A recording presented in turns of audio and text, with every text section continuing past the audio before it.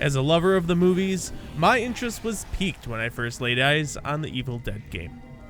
Normally, I wouldn't go for asymmetric horror games like Dead by Daylight, and you know, to this day I've still kind of refused to get into that game, not sure why. The premise of the game is 4 survivors working together towards sending the evil Kandarian demons to be banished back in the Book of the Dead, or the Necronomicon, while the demon works to kill all of the survivors. The maps are fairly large, but there's no real variation or distinction between the different movie sets. Seems just that the forest from the original movies, and that's about it. This leaves a lot to be desired. No Army of Darkness castle sets? For shame! I got a bone to pick with you. Now that's not to say that there won't be any DLC in the future, and it sounds like the developer is going to be offering free updates to the game, which, to be honest, they should. This is a $30 game, not free to play. There are a few single-player aspects to the game, including story missions, which unfortunately don't have much in the way of content. There aren't really any voice-acted lines or cutscenes, and within the missions, you're just greeted by static screens with game art. I will say, however, loading into the cabin for the very first time really drew me back in, and did make up for some of what I felt was lacking. The general gameplay feels okay. When you're on the run, you can find yourself at times not being able to vault over rocks or branches or logs, while other times you're able to vault over rails, windows, and more, so it's really kind of inconsistent. There's no jumping at all either. More flexibility in the movement would have been nice.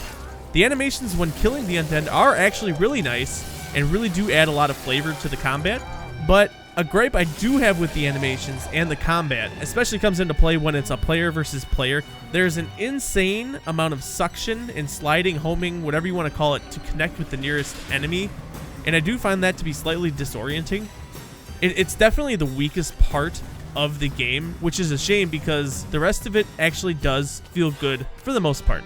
The visuals are very nice, and the atmosphere, music, audio really just kind of brings it all together. I really did feel immersed in the world that Saber Interactive created here. After a few hours of gameplay, overall I did enjoy my experience, and I was able to kind of feel the soul of the game, which is a welcome addition compared to much of the gaming market that it is today. Someone with a fresh soul.